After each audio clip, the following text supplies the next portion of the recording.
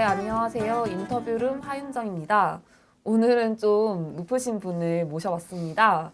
교장 선생님이라는 직함을 달고 계신 분인데요. 아마 한 번쯤은 들어보셨을 것 같아요. 노들 장애인 야학의 4대 교장 선생님이 되신 천성호 교장 선생님을 모시고 오늘 인터뷰룸 진행해 보겠습니다. 선생님 안녕하세요. 안녕하세요. 제가 걸어오면서 생각을 해보니까 살면서 교장 선생님과 이렇게 대화를 나눠본 적이 처음인 것 같다는 생각이 들었습니다. 먼저 좀 간단히 개인 소개를 좀 부탁드리겠습니다. 네, 저는 그 노들장애인약 4대 교장을 맡고 있는 천성호라고 합니다. 저희는 이제 공동교장을 맡고 있어서 김명학 교장 선생님과 같이 맡고 있고요. 사실 뭐 교장 선생님이라고 하지만 제도권 학교의 교장 선생님하고 다르게 온갖 일들을 하고 있는 그런 교장 선생님이고요. 저는 주로 낮에는 발달장애인 학생들 대상으로 수업을 진행하고 있고 저녁 수업에서는 야학이죠. 보통 말하는 야학에서는 글쓰기 수업을 맡고 있습니다. 고등반 담임 선생님을 맡고 있고요. 이외 이것저것 교장으로서 맡을 수 있는 허드렛 일을 다 맡고 있습니다. 네, 반갑습니다. 말씀 들어보니까 하시는 일이 정말 많으시다는 생각이 들었는데 그럼 낮에 아까 어떤 수업을 가르치시는 거예요? 저희는 지금 학생들이 이제 그 장애인 집단 거주 시설에 살고 계시다가 탈시설을 하신 분들이에요. 발달장애 학생들이 바로 지역사회에서 적응해서 살아가는 것이 어렵기 때문에 이분들의 자립생활 교육을 이제 진행하고 있고요. 저 같은 경우는 그 중에서 이것도 노래다라는 주제로 지금 수업을 같이 참여하고 있는데 학생들과 함께 노래 수업을 같이 하기도 하고 또는 체험학습 수업이 있어서 외부에 나가서 지역사회에 참여하고 박물관이라든지 이런 것을 같이 견학하고 수십 년 동안 지역사회와 격리되어서 시설에만 살던 분들이 어떻게 지역사회에서 살 수 있을지 이런 수업들을 진행하고 있습니다. 노래 교실이면 노래를 잘 하시나요? 전혀 못합니다. 사실 이제 노들 장애인 야학은 되게 유명한 곳이잖아요. 그리고 특히 이제 박경석 선생님께서 꽤나 오랫동안 교장 선생님을 하신 걸로 알고 있는데 올해 2월에 새로 취임하셨다고 들었습니다. 네. 뭐 어떤 일이 있었던 건가요? 저희 노들야학이 이제 8주년이 되었는데 그동안 교장 선생님이 24년 정도 교장 선생님의 역할을 해 오셨고 박경석 선생님께서요? 네네. 장기 집권을 장기 하셨네요. 집권을 하셨어요. 또한 어떻게 보면 지금의 노들의 모습을 거의 만드신 분이라고 해도 과언이 아니실 거예요. 그러나 어쨌든 연세도 이제 되시고 또 다른 할 일도 많아서 노들야학에서는 교장을 새로 이제 맡게 되는 일들을 여러 차례 논의는 있었어요. 그러나 그 중에 누가 나서서 내가 해보겠다라고 하기에는 그 어마하고 막중한 역할을 맡겠다는 분들이 그동안 없으셨던 거예요. 그러다가 이제 작년에 교장선생님은 이제는 정말 그만둬야 되겠다라는 이제 결의를 하고 계속 작년 거의 한 6, 7개월을 교장을 누가 될지 계속 논의하는 과정들이 있었습니다. 저랑 김명학 교장 선생님이랑 공동으로 맡으면서 우리가 조금씩 힘을 나눠서 박경석 교장 선생님의 업무를 맡으면 부족하지만 할 수 있지 않을까 저랑 결의를 하고 4대 교장을 맡기로 했습니다. 그러면 원래는 공동교장 제도가 있었던 건 아닌데 이번에 처음 도입된 건가요? 그렇죠. 네네. 공동교장 제도를 만들게 된 거는 한 사람에게 이제 너무 막중한 업무를 주면 좀 힘드니까 네. 좀 그 부담을 좀 덜어보고자 했던 네네. 걸까요? 그게 제일 크죠. 또 아무래도 이 장애인 이야기다 보니까 장애인들의 당사자들의 어떤 중심이 대한 활동도 필요하고 또 장애인들을 교육시키는 공간이다 보니까 또 비장애인의 도움도 필요하다 보니까 서로가 같이 이제 윈윈하자는 의미도 분명히 있는 것 같습니다. 네. 2월에 취임이라는 네. 표현이 네, 네, 네, 네. 맞겠죠. 취임하셔서 이제 6개월도 훌쩍 지났고 네, 네. 어떠세요? 해보시니까. 우선은 이 노들 야학이라는 공간이 굉장히 이 야학이긴 하지만 우리 장애인들이 많고 또 장애 유형도 많이 달라요. 그러다 보니까 이러한 역할들을 어떻게 조정해내고 또 그런 고민들이 하나 있고 또 하나는 노들야학이 단순히 노들야학만의 야학은 아니었습니다. 아시겠지만 전국 장애인 차별철폐연대 운동의 하나의 중요한 핵심 주체로서도 운동을 계속 해왔고 그런 부분에 대해서 어떻게 지금까지 가져왔던 어떤 역량과 힘들을 지속적으로 가져갈 수 있을지 그런 고민들이 많이 됐던 것 같습니다.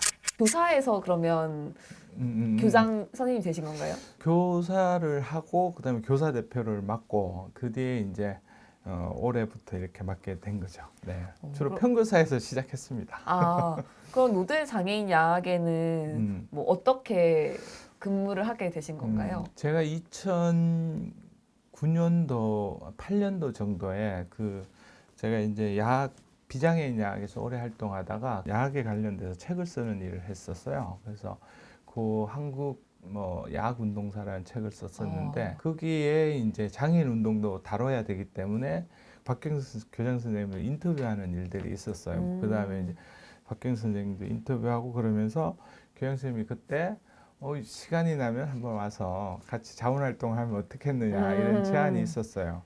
그래서 이 책을 출간을 하고 그 다음에 그러면 한번 가보자 해서 이제 그때부터 자원활동을 했어요. 그래서 한 2년 정도 그냥 평교사로서 평자원활동가로서 2년 동안 교육에 참여하고 그 다음에 조금 쉬었다가 2017년 정도에 그때 저희가 충무로에 있는 고용공단을 정거 농성을 하고 있을 때가 있었어요. 장애인들의 일자리를 만들어주기 위해서 계속 투쟁을 하고 있었는데 그때 좀 상근을 해보면 어떻겠느냐 하는 제안을 농성장에서 했고 그 농성장의 우리의 투쟁의 어떤 분위기 중증의 장애인들이 일자리를 찾기 위해서 투쟁하는 모습들을 보고 그러면 한번 상근 활동을 해보면 좋겠다라고 해서 그 18년도 1월부터 상근을 하게 되었습니다.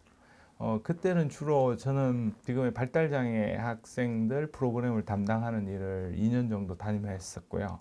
그 뒤에 이제 교사 대표를 맡아서 이제 야학 전체를 좀 학교 운영하는 것들을 역할을 했었습니다. 그리고 이제 올해 이렇게 교장을 같이 맡게 되었습니다.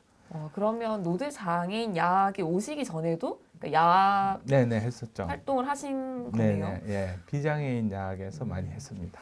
혹시 맨 처음에 야학을 하게 되신 어떤 계기가 있으실까요? 제가 그 94년도에 구로공단에서 야학을 했었는데 그때는 구로 노동자들이죠. 그래서 미신 공장에 다니는 학생들, 뭐 시다들, 그 다음에 이제 기계 공장에 다니고 있는 학생들, 그런 학생들이 있었는데 저도 개인적으로는 집이 형편이 많이 좋지 않아서 이제 고등학교를 가지 못했어요. 그래서 그때 검정고시를 보고 이렇게 이제 대학을 들어가게 되었고, 그래서 처음에는 이제 저같이 어려운 학생들한테 배움의 기회를 주자고 이제 들어갔는데, 사실 야학이라는 게 하다 보면 이것이 학생 개인의 문제가 아니고 그 사회의 구조적 문제였고, 학교에서 배움을 갖더라도 결국 더 나은 신분을 이동할 수 없다는 그런 아주 본질적인 문제가 있었기 때문에 그 뒤로 계속 이제 이러한 모순들을 어떻게 풀어낼 수 있을지 뭐 그런 활동을 많이 했어요. 그러다 보니 당연히 하나의 힘보다는 두 개의 힘이 낫다고 이런 판단들이 있어서 야학협회에서 주로 일을 많이 했고요. 주로 뭐 전국야학협의회 활동도 많이 했습니다. 거의 약간 야학계 산증인 같은 그런 느낌이 네. 94년 구로공단까지 나올 줄이야. 비장애인 이제 야학을 하시다가 노들에 오시게 된 건데 아무래도 이제 비장애인 야학과 좀 노들 야학이 좀 차이가 있을 것 같아요. 좀 어떤 차이가 있었을까요? 아무래도 비장애인 야학들은 주로 이제 제가 했을 때는 구로공단의 노동자였지만 2000년대 넘어가면서부터 약간 문해교육 위주로 많이 갔어요. 글자를 가르치는 할머니들, 어머님들 대상으로. 근데 이제 이 장애인 야학들은 아직 여전히 장애인들의 권리와 인권이 아주 사회 밑바닥에 있었던 거죠. 그러니까 여기에는 좀 더 많은 투쟁이 필요했던 것 같아요. 제가 보기에는. 그런 투쟁들, 또 삶에 대한 고통들, 장애인들이 시설에 gat혀 있어서 지역 사회로 나와서 이분들이 어떻게 살아가야 할지를 계속 치열하게 고민하는 어떤 그런 공간이었고, 그것들이 훨씬 더 일단 저한테는 더 매력적으로 좀 다가와서 이들과 함께 같이 살고 투쟁하고 공부하면 더 큰 의미가 있지 않겠나라는 생각을 하게 되었습니다. 그러니까 앞서 이제 처음에 이제 구로군단에서 야학하실 때 야학 활동을 통해서 뭔가 어떤 뭐 사회적 구조의 어떤 네. 모순이나 이런 것들을 오히려 또 이제 좀 시간이 지나서 좀 노드 장애인 야학에서 좀 그런 것들을 또 새롭게 또, 발견하시고 예. 또 거기서 약간 가슴이 좀 뛰었다 네. 이렇게 이해하면 될까요?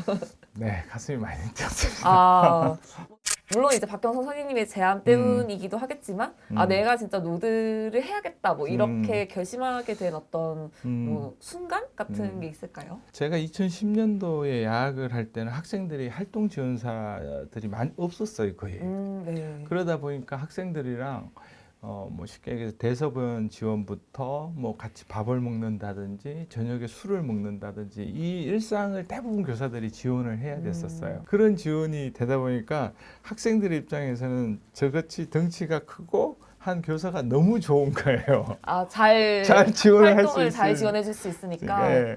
그래서 맨날 같이 술 먹자, 밥 먹자.